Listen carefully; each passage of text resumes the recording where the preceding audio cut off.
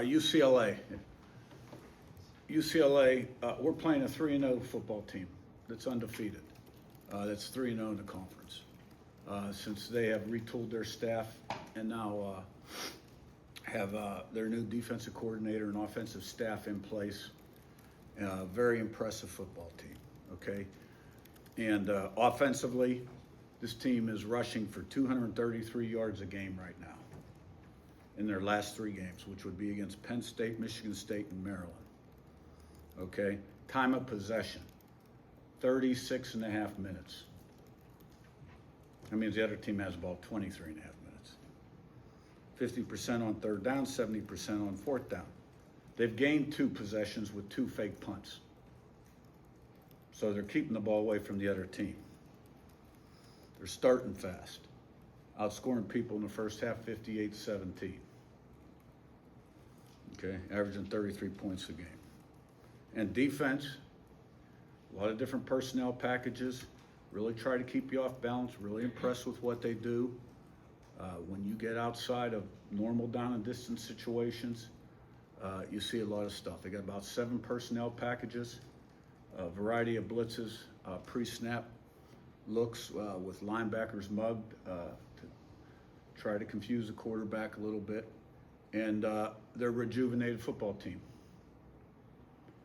And led by a talented quarterback who really has a quick body and a live arm, and has made some big plays with his legs also. Really good skilled people, and a new offensive design, so to speak. So, I mean, we're playing a 3-0 football team at home this Saturday at 12 o'clock. Michigan State, good conference win. Offense scored touchdowns their first 5 drives. The first 2 in the third quarter were great to see. They're all great to see.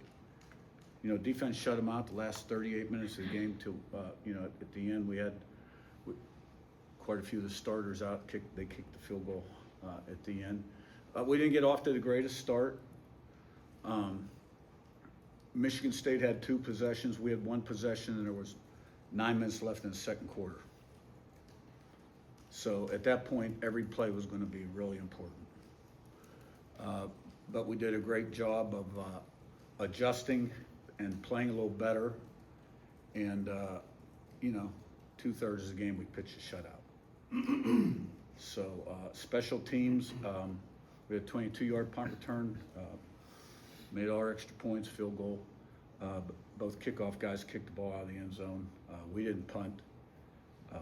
They punted twice, once with the quarterback. So, but this is going to take tremendous preparation and effort on our part this Saturday. Questions? Yes, and Zach. Just first, real quick, did you have any updates on Kellen Wyatt? Did he come out of the Yeah, Wyatt suffered a knee injury. Pass rushing, was engaged with the offensive tackle, got his leg extended, came down a little funny. Right now it looks like a long-term injury, and I'm not sure if we'll see him the rest of the season or not. But in terms of injuries in general with your team, I know this, some of it's luck and some of it is avoiding those kind of things, but when you look, I don't know if you look at the Big Ten availability reports each week, but their team's mostly 20, 15 names on there. You guys have avoided that. You talked about your practice plan. But was there like a season where you did have a lot of injuries that changed you to kind of reevaluate things? Like when did this kind of start? And is there anything specifically that you credit Derek Owens for doing with his training to sort of avoid some like the soft tissue stuff that when you see these reports? Yeah, I think Derek is key on the soft tissue stuff, because even way back, JMU for instance, we had our share of hams, and then when we hired Derek, that first year we had a couple, and we discussed it. He did a lot of research on it too, and we've had very few soft tissue things. A lot of the knees that occur nowadays can be non-contact, and not much you can do about it. It's outside your control. But I've always been a relatively short practice guy. My practices probably have gotten shorter, even shorter, through the years. And we do everything we can to prepare the team fully, but keep them fresh and healthy. Zach and Matt Weaver. Nico Iamaleava, I guess, just like, have you seen, obviously, different play caller and maybe structurally trying to do some different things? Have you seen them use them in different ways that have really kind of unlocked maybe that dual threat ability that he's shown through this 3-0? Well, I mean, truthfully, everything we're watching right now is offensive. Their offense is the last 3 games. I haven't watched any of their offense prior to that, except for maybe what I saw on TV. And the defense really is 4 games old. But, at that point, the offense had not changed. So we're focusing in on the last 3 games with the people that are pushing the buttons and calling the shots right now. Nico can really spin the ball. He can make all the throws. He's got a really quick release. He's got a live body, a really quick body. And, that's why you've seen some of the long games out of the pocket with him. Matt, and you're right to Sammy. Coach, you mentioned, I forget to talk about it, but you mentioned defense got off to a little bit of a slow start. Michigan State was doing some things. After watching film, anything you guys pinpoint? I mean, obviously they get some credit too, but anything that you guys saw that you could do different? From my perspective, we had a great second half against Oregon. And, the whole theme was our response and doing what you got to do. And I just don't know that we really answered the bell right away. And I think we did, the first 2 plays we had them bottled up. And then they had a 3rd and 13, and we had a guy make kind of a poor decision, bid on a 6-yard route and turned a deep one loose. If we could have gotten off the field there. And then, we had a missed assignment on their touchdown pass into the bench. And, we had some missed tackles. There were a couple other missed assignments in the back end. Not misalignments, but just missed assignments. And once we got that tightened up, we were better. But it wasn't our A game. But, we had a lot of A games here. I think we've given up, 6 or 7 touchdowns all year. So. Sam, man, you're right to Pete. Coach Stephen Daly has come in and played really nicely in the reserve role. How much does he need to step out now that Kellen White is out? What have you seen that he's been so impactful early? Yeah, he's a guy I really wish we had a couple years, because he's a tremendous athlete and has really, once he's learned the defense, he's really making fast progress. He's got size, strength, speed, suddenness, and he plays hard.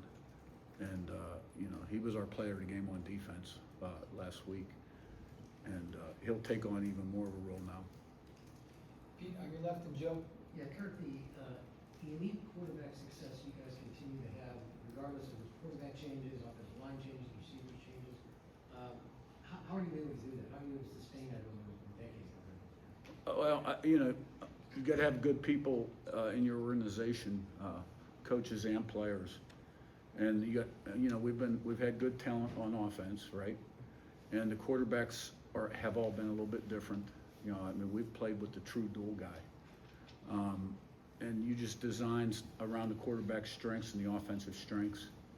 And I'm a big believer also that before you can win the game, you got to make sure you don't lose it. So we've done a nice job of protecting the ball and being balanced with the run and the pass in all those years. We've never been tilted heavily one way or the other. And I think Coach Whitmer's done a tremendous job developing Fernando, and Fernando wants to be a great player. And he gets the most out of every day and every rep. Joe, on your left, and Seth. Coach, what were the conversations and process like with Scott Dolson and getting that extension, and how that kind of showed his commitment to you and the football program? He just walked in my office. He comes in every Thursday and we chat about the game. And he popped in right before the player meetings on either Tuesday or Wednesday. I can't remember. I was watching tape. I was really consumed with prep. And he popped in for about a minute and a half and said, "This is kind of what we'd like to do. Is it okay if we call your representative?" And I said, "Sure, it'd be great." And within 48 hours, 36 hours, it was done. Seth, on your left, and Daniel. Your team is tied for 8th in the country in fewest penalties per game, and you've had the 4th fewest penalty yards per game. Both of those are improvements from last season. Just what does that say about this team and the discipline they play with on the field? Well, that's you want to play fast. You want to play physical. You want to be relentless. but you gotta be smart. You gotta make choices and decisions out on the football field, right? And the discipline. I mean, you never want any pre-snap penalties. Now, we've had a few on the road. But, you know, we've done a nice job of keeping the blocks in the front in the special teams game. And our defense does a nice job with knowing when to pull off and still rally and get multiple hats to the ball. And, you know, I've really seen that trend in the right direction, you know, the last 4 or 5 years. And this team, with its veteran leadership, character, and intelligence, we've still had a few too many, in my opinion, right? And we can get better yet. Our goal is 1 in 30 on offense, defense, and teams, and has been ever, forever and ever. And so there's a lot of games we have accomplished that goal. Daniel in front of Zach Beat. On Omar, just what did he show you this spring to win that slot spot, and just why is he so good inside? Yeah. Well, you know, he showed me a lot last fall, my first year with him, that he was an explosive player. And, you know, Miles Price and Keyshawn Williams are both playing in the NFL right now, and they split the duties in the slot, and there was a void there. And we gave everybody an opportunity in spring ball. We stuck EJ in there, Surratt in there, Cooper in there. There were new transfers we stuck in there. And, you know, Cooper just seemed the most comfortable, but he still gets his reps outside too, you know, in 12 personnel when we're playing with 2 receivers, and we have the ability to put him outside even in 11 personnel. So, and I just think what you're seeing from him is, you know, he's older, he's more mature, he's a veteran now, he sees what's out there, and he's just becoming a lot more consistent and explosive, and he's a hard tackle. Zach Beat in front, and we'll wrap with Matt. You talked about the missed assignment in that Michigan State game. How much progress have you seen the secondary make as the season's gone on? Since Kennesaw, Oregon, Illinois, you know, we still had a couple. Iowa, we were pretty good. We had a big one against Oregon. And then last week, you know, the touchdown was between the end, the defensive end and the corner. And it was more on the end. And then we had a couple, you know, with the safety in the corner, where they got some chunks. So it's improved, but I mean, what you did in the past, your past actions, all they do is create habits. And you're trying to create great habits, but you got to do it every day still too, regardless of what you did in the past. And you know, we still have to communicate a little with more urgency, get aligned a little quicker, play with a little more urgency at some spots. And we have it in us, we just got to do it. Matt, that's when you're ready. Coach, last year you guys had a lot of success winning the playoff.